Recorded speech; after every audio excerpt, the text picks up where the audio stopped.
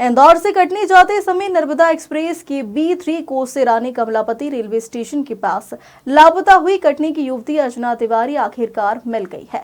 लापता होने के 13 दिन बाद मध्य प्रदेश जीआरपी की टीम ने लोकेशन के आधार पर उसे उत्तर प्रदेश के लखीमपुर खीरी जिले में नेपाल सीमा के पास से बरामद कर लिया है। रेलवे एसपी राहुल लोढ़ा ने प्रेस कॉन्फ्रेंस कर पूरे मामले का खुलासा किया। आप सब लोगों को जानकारी एक सेकंड आप सब लोगों को जानकारी में है कि 7 और 8 के दरमियान रात्रि जो है इंदौर बिलासपुर ट्रेन के अंदर से एक अर्चना तिवारी नाम की युवती जो B3 एसी कोच में थी, वहां से वो लापता हो गई। जब से मिसिंग रिपोर्ट कायम हुई है उसी दिन से हम लोग जो है वो उस लड़की को ढूंढ रहे हैं, मगर उसके बावजूद जो है लगभग 10 से 11-12 दिन तक हम लोगों को वो ढूंढने के बाद में आज फाइनली नेपाल बॉर्डर से लड़की को बरामद किया गया है। मामला कुछ इस प्रकार है कि अर्चना तिवारी नामक लड़की जो है ये कटनी की रहने वाली है। वहां से उसने अपना ग्रेजुएशन कंप्लीट किया हुआ है। वहां पर ये जो है वो स्टूडेंट छात्रा नेता छात्रा वगैरह भी रही हुई है NSUI से। उसके बाद में फिर ये 2 साल तक जो है वो जबलपुर में प्रैक्टिस करती थी एडवोकेट की। उसके बाद इंदौर में ये पिछले 1 साल से एडवोकेट की वकालत कर रही थी। इसी दरमियान जो है इसके परिवार वालों की तरफ से लगातार इसको रिश्ते वगैरह आ रहे थे जिसमें इसको शादी नहीं करनी थी। लगभग 3 से 4-5 शादी के प्रपोजल आने के बाद में कुछ इश्यूज हुए, शादियां टूटी या उसको नहीं करना था, उसने ना बोल दिया। एक इंदौर में जो है इसकी दोस्ती हुई सारांश जोगचंद करके है, 26 साल का लड़का है, शुजालपुर का रहने वाला है। ये 1 जनवरी के आसपास में, मतलब 1 जनवरी 2025 के आसपास में उसकी जो है वो उसके साथ में मित्रता हुई है। और ट्रेन में ही, इसी सेम ट्रेन में जो है ये उस दिन जा रहे थे और आमने सामने जो है इनका रिजर्वेशन था, तो आमने सामने बैठे हुए थे। ये वकील थी, किसी चीज के बारे में बात कर रही थी। सारांश का भी कुछ जो है वो इश्यू चल रहा था घर पे, तो उस तरीके से उसने उससे बात करना शुरू किया। उसके बाद में बातें जो है वो और भी जो इसके लीगल इश्यूज थे, इसने अपना ड्रोन कंपनी का एक कुछ प्राइवेट लिमिटेड कंपनी बनाने के लिए ये प्रयास कर रहा था इंदौर में, तो उसके लीगल डॉक्यूमेंट को लेकर इन आपस में बातचीत होना शुरू हो गई और उसके बाद में फिर इनकी लगातार बातें शुरू हो गई। जब ये घटना दिनांक जो 7 तारीख है उसके पहले इसके माता पिता ने और इसके बड़े ताऊ ने जो है वो एक तहसीलदार पटवारी के साथ में इसका रिश्ता फिक्स कर लिया था। उस टाइम पे परिवार के साथ में इसकी लंबी कहासुनी हुई है। उन्होंने कहा कि अब तुम अपनी पढ़ाई वढ़ाई सब छोड़ दो और तत्काल वापस आ जाओ, तुम शादी करके जो है वो तुम्हें जाना ही है।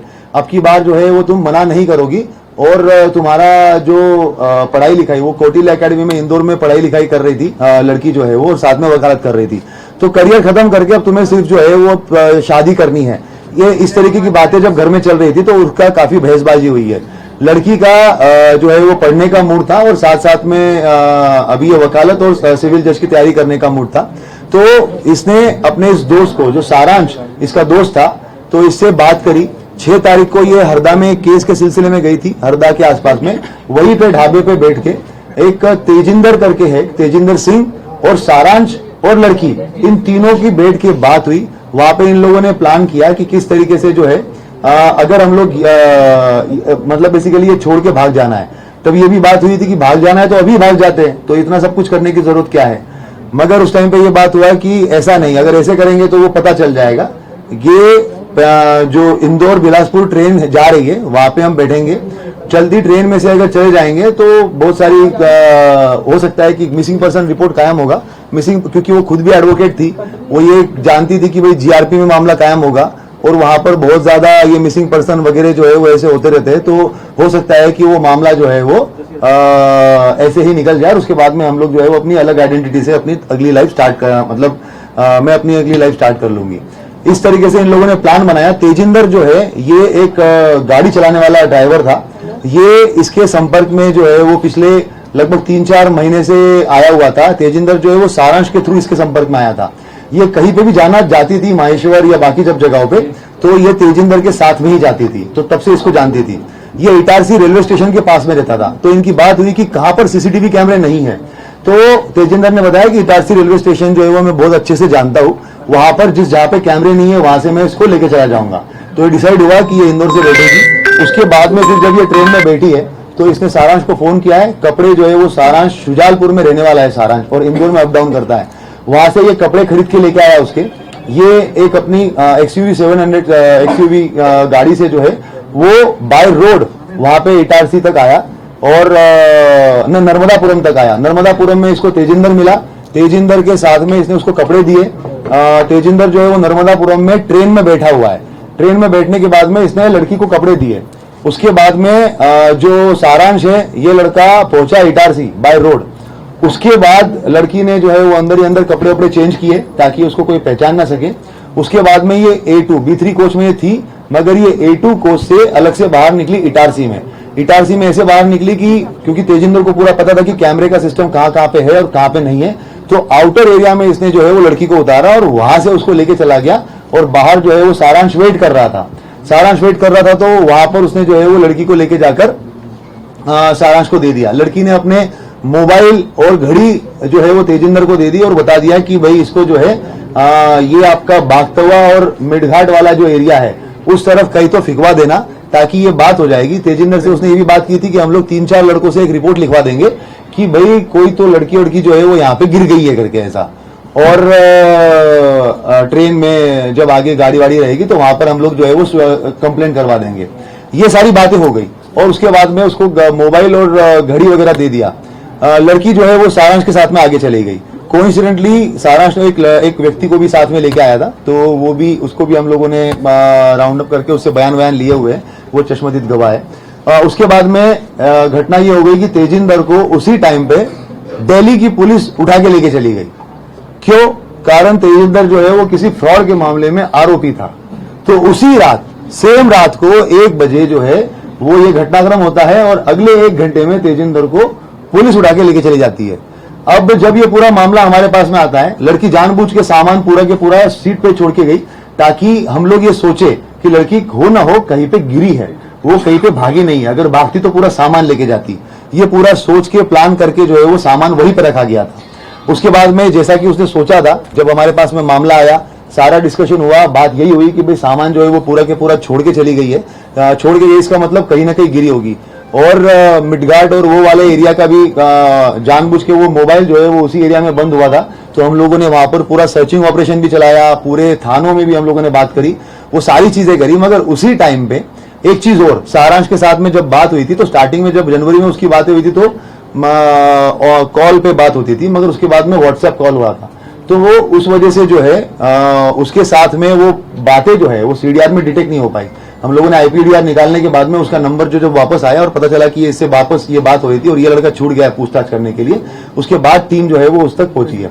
तेजिंदर को जब हम लोगों ने ये पता किया, तेजिंदर का नंबर मिला और जब हम लोगों ने उसके बारे में डिटेल पता किया तो हम लोग काफी श्योर हो गए थे कि तेजिंदर इस मामले में लिंक है।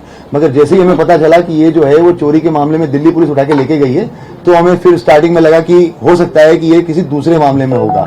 और जब सारांश को उठाया गया और सारांश से जब पूछताछ हुई तो उसने बताया कि तेजिंदर, लड़की और इसने सबने मिलकर ये प्लान किया था। लड़की सारांश के साथ गई, शुजालपुर में गई है, वो गाड़ी की गाड़ी में ही रही, कहीं पे बाहर उतरी नहीं। इन लोगों ने इसका चीज का ध्यान रखा कि कहीं पे भी टोल नाका नहीं आना चाहिए, क्योंकि पुलिस जो है वो टोल नाके पे भी CCTV कैमरे देखती है और अगर गाड़ी के थ्रू RFID से अगर पैसा कट जाता है तो उससे भी जो है वो डिटेक्ट हो सकता है। तो इन्होंने टोल नाका अवॉइड किया और ऐसे ऐसे रास्ते से गए जहां से टोल नाका नहीं हो। शुजालपुर गए, शुजालपुर के बाद में फिर ये ऑर्बिट मॉल के आसपास से कहीं से इन्होंने एक दूसरा मोबाइल खरीदा। और लड़की, जब तक मीडिया में इस चीज का काफी हाइप हो गया था तो जितना इनको एक्सपेक्टेशन था कि मामला एकदम सिंपल तरीके से निपट जाएगा, तो वो लगने लग गया कि अब तो ये नहीं होगा, तो इसको मध्य प्रदेश छोड़ के कहीं तो जाना पड़ेगा जहां पे अलग भाषा के लोग हैं। तो इन्होंने हैदराबाद चूज किया। उसके बाद ये बुरहानपुर गए, बुरहानपुर से इन लोगों ने जो है वो हैदराबाद की बस पकड़ी। हैदराबाद में जाने के बाद में ये 2 दिन 1 रात जो है वो हैदराबाद में रहे। फिर जब मामला और ज्यादा हाइप पकड़ने लग गया तो जो सारांश है, ये ड्रोन का जो एक नया स्टार्टअप इसने डाला हुआ है और इसका जो क्लाइंट बेस है वो नेपाल में भी कुछ है। तो इन लोगों की पहले वो बात हो चुकी थी, तो इनकी बात हुई कि अब इसको जो है वो भारत छोड़ के ही हम लोग जो नेपाल की तरफ चले जाएंगे। उसके बाद फिर इन्होंने बस पकड़ी, बस पकड़ के जोधपुर से दिल्ली, दिल्ली से उसके बाद में जो है ये कुछ दिन वो काठमांडू चली गई, लड़की काठमांडू चली गई, लड़का जो है वो वापस आ गया। और लड़के ने ये भी किया कि जो इसका मोबाइल था उसको जब मेन टाइम था उस टाइम पे उसने एरोप्लेन मोड पे करके पूरा के पूरा बंद कर लिया। बाकी टाइम में मोबाइल जो है वो अपना वहीं पे रखकर और दूसरी सिम इश्यू करवा के पिता के नाम पे उस मोबाइल को उसने पूरा टाइम चलाया। क्योंकि जब सारांश का नाम अगर आए तो मोबाइल जो है वो इंदौर में ही दिखे और उसके ऊपर कोई शक ना जाए। और पिता की अलग से, क्योंकि नई सिम थी, वो तो कुछ कहीं पे कुछ कनेक्शन था ही नहीं उस चीज का, तो वो सिम जो है वो उसने अपनी अलग से इस्तेमाल करी। काठमांडू छोड़ के ये वापस आ गया। उसके बाद में 3-4 दिन तक रहा। जब पुलिस ने इसको राउंड अप किया हम लोगों ने सारांश को, और उसके बाद में जब चीजें निकल के आई तो उसके थ्रू नया नंबर जो था उसका, उससे बात कर और उसको वहां से बॉर्डर तक बुलवाया गया। और बॉर्डर पे लाखीमपुर खीरी पुलिस की मदद से हम लोगों ने जो है वो लड़की को बरामद किया। बरामद करके जो है वहां से दिल्ली, और दिल्ली से अभी सुबह सुबह फ्लाइट से यहाँ पे लेके आए हैं। अगर कोई अलग और कुछ सवाल पूछना चाहता है तो आरक्षक की क्या भूमिका रही है? एक एक करके पूछते हैं। हाँ, आप मास्टरमाइंड